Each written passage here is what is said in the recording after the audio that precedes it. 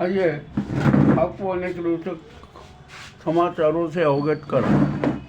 बिहार में तेजस्वी यादव ने दावा किया था कि उनका मतदाता सूची में नाम नहीं है, किंतु चुनाव आयोग ने स्पष्ट कर दिया कि नहीं, आपका नाम काटा नहीं गया है, आपका नाम सूची में है। ठीक है, ये भी बात है, क्या कह सकते हैं, राजनीति है। अब यहाँ पर एक दूसरा अहम सवाल आता है, क्या राष्ट्रपति ने धनखड़ जी का इस्तीफा रद्द कर दिया है? ये भी एक अहम सवाल है। आज तक कभी तक कहीं कोई समाचार आया नहीं कि राष्ट्रपति ने ऐसा ऐसा किया है। अब राष्ट्रपति भवन से क्या विज्ञप्ति आई है, इसका भी अभी कोई खुलासा नहीं हुआ। और यहाँ तक आ गया है कि अब धनखड़ जी है ना, फिर से उपराष्ट्रपति पद पर कार्यरत रहेंगे, कार्य करेंगे। राष्ट्रपति मुर्मू ने उन्हें मना लिया। ठीक है, अच्छा है, मना ले होगा। अब यहाँ पर 9 सितंबर को जो चुनाव होना था उसका क्या होगा? नीतीश कुमार को और या आदित्यनाथ को उपराष्ट्रपति बनाने की योजना बनी थी, क्या ये सब सारी धराशायी हो जाएगी, खत्म हो जाएगा? आखिरकार ये कौन सा नाटक है, ये कौन सी साजिश की गई है? ये कोई बहुत बड़ा एक शातिर खेला गया है। ठीक है, जो भी होता है, अब कल तक स्थिति स्पष्ट हो जाएगी। हमने कल ही कहा था कि ये आज 2 तारीख को स्पष्ट होगा, किंतु अभी तक तो कोई ऐसी बात आई नहीं है। और अब देखते हैं कि रात तक क्या होता है, क्या नहीं होता। अभी एक चर्चा चल रही है कि बिहार में नीतीश कुमार का भी कोई ऐसा कोई कांड पकड़ा गया है कि उनको जेल हो जाएगी, जेल हो सकती है। सीबीआई ने वो कांड उजागर किया है। अब क्या होता है, क्या नहीं होता है, देखते हैं। और यदि नीतीश कुमार को जेल हो गई तो भाजपा का क्या होगा, उनके गठबंधन का क्या होगा, जेडीयू का क्या होगा? ये भी मामला अति रोचक है और बड़ा घूमते हो जाए। अभी राहुल गांधी ने दावा किया कि चुनाव 2024 में 15 से 20 सीटों की हेरा फेरी की गई। उनके पास में सबूत हैं और अब सबूत भी प्रस्तुत करेंगे, सारा होगा, मामला बड़ा रोचक आ जाएगा। आखिरकार ये गड़बड़ी कैसे हुई? तो क्या पूर्व सीईओ राजीव कुमार गिरफ्तार होंगे हेरा फेरी के मामले में? और कुछ बड़ा विचित्र काम चल रहा है, अब कुछ भी नहीं कह सकते।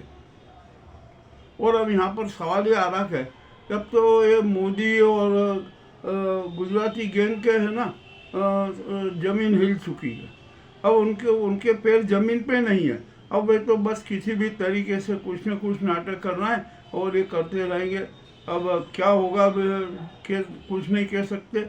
मुझे तो ऐसा लगता है कि मोदी और गुजराती गैंग के जितने मंत्री वो है ना, कहीं तैयार में नजर ना आए, इसकी भी एक मुझे संभावना लग रही है।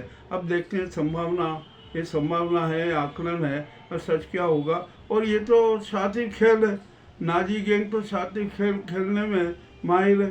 ठीक है, देखते हैं क्या होगा। अब यहाँ पर अभी एक बहुत चर्चा चली थी कि राष्ट्रपति मुर्मू से भी त्याग पत्र मांगा जाएगा, और उन्होंने अपना यदि उपराष्ट्रपति पद पर धनखड़ को विराजित कर दिया तो ये भाजपा के लिए चुनौती होगी कि नहीं, मैं किसी के हाथ की कठपुतली नहीं हूँ, मैं संवैधानिक पदों की रक्षा कर सकती हूँ और रक्षा करूँगी। ये भी अच्छी बात है। यदि ऐसा है तो बहुत अच्छा है, और यदि ऐसा मामला अति रोचक है। इंतज़ार कीजिए, क्या होता है क्या नहीं होता है, ये भी हम देखेंगे।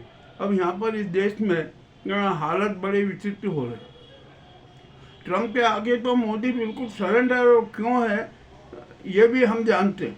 हमने तो पहले ही कह दिया कि मोदी जी ने ना 20 कई वर्षों पूर्व अमेरिका में ट्रेनिंग ली, वो किया, उनको राजनीतिक गुरु सिखाया अमेरिका ने, और उनको हर तरह की सुविधा दी, और साथ में ये वचन लिया कि आप अमेरिका के हितों के संरक्षक रहेंगे, अमेरिका के हितों के खिलाफ कभी नहीं जाएंगे। अब देखते हैं क्या होता है क्या नहीं होता है। ट्रंप के खिलाफ तो मोदी बोल भी नहीं सकते, अब बोलेंगे तो क्या बोलेंगे देखना।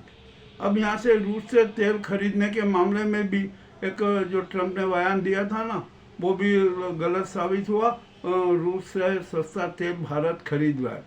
अब पाकिस्तान को ट्रंप तेल हब बनाना जा रहा है, वहाँ पर उसका डिपो रहेगा, तो अब भारत को भी पाकिस्तान से ही तेल खरीदना पड़ेगा। ये भी चर्चा जोरों पर है। और भारत और अमेरिका के बीच में व्यापार समझौता होगा 25 तारीख को, 25 अगस्त को अमेरिका का एक डेपुटेशन आएगा और वो अमेरिका और भारत के व्यापार संधि को अंतिम रूप देगा। अभी हमारे जो ब्रिटेन से मुक्त व्यापार समझौता हुआ है ना, उसमें भारत को प्रतिवर्ष 4000 करोड़ से अधिक का घाटा लगने वाला है। ये भी एक समाचार सामने आ चुका है। अब देखते हैं क्या होता है। अब यहाँ पर सवाल आता है लोकसभा अध्यक्ष का। ओम बिरला है ना, बड़े धन संकट में फंस गए। उनको महागठबंधन की तरफ से पत्र दे दिया गया है और यदि 30 से 40 सांसद ने हस्ताक्षर करके ओम बिरला के खिलाफ अविश्वास प्रस्ताव लाया ना, तो वो उस पर भी विचार होगा। और मेरा ख्याल है कि यहाँ तक यदि ऐसी स्थिति बनती है तो ओम बिरला लोकसभा अध्यक्ष पद से त्याग पत्र दे देंगे। अब बड़ी विचित्र स्थिति होती जा रही है। भारत में राजनीति तो होती नहीं है, यहाँ तो स्वार्थ नीति होती है, दलगत नीति चलती है। भारत में क्या है, आखिरकार कौन है यहाँ पर? अरे ये जो आज जो बादशाह बने हुए हैं ना, ये तो रोड शाह है, इनका कोई महत्व नहीं है। ये तो कब है, कब आएंगे, कब चले जाएंगे, कुछ कह नहीं सकते। स्थिति बड़ी विचित्र होती जा रही है। भारत में राष्ट्र नीति नहीं हो रही है, यहाँ पर दल नीति चल रही है, नाजीवादी नीति चल रही है। अब मोहन भागवत भी बड़े बेचैन है, वो भी त्याग पत्र देने के मूड में है और वे अपना उत्तराधिकारी घोषित करने जा रहे हैं। अब उनका उत्तराधिकारी कौन होगा, किसको करेंगे, ये भी देखना है। परंतु हमारा एक सुझाव है मोहन भागवत जी को कि आप जो भी अपना उत्तराधिकारी बनाए ना, उसका जरा इतिहास भूगोल जान दें, उनकी भावनाएं जान दें, उसके बाद ही किसी को अपना उत्तराधिकारी बनाए। और नहीं तो आप रहिए, कोई दिक्कत नहीं है। अब आप कोई संवैधानिक उस पर तो है नहीं, 75 के साल ओढ़कर आप खुद ही अब सेवानिवृत्त हो सकते हैं। मैं मोहन भागवत जी को याद दिला दूं कि मैंने जितने भी भाजपा के संघ प्रमुख बने हैं ना, सुदर्शन जी हैं, देवव्रत जी हैं, रज्जू भैया हैं, उनसे सबसे मैंने पर्सनल साक्षात्कार किया और उनसे सारी बातें जानी हैं। सिर्फ मोहन भागवत जी से हमने प्रयास किया कि हम उनसे संपर्क करें, चर्चा करें, किंतु हो नहीं सका, क्योंकि वो जो उनके जो चिंटू है ना, वो उन्हें घेरे रहते हैं और किसी से मिलने भी नहीं देते। ठीक है, मत मिलने दीजिए। अब हमने इसका एक तोड़ ये निकाला है कि हम मोहन भागवत जी यदि सेवानिवृत्त हो जाते हैं या संन्यास ले लेते हैं अब, तो हम उनको विशेष रूप से आमंत्रित करेंगे।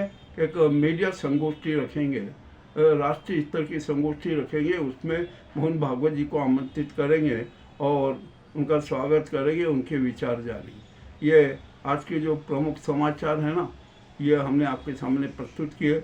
ये समाचार आपको कैसे लगे हमें अवश्य बताएं। बहुत बहुत धन्यवाद।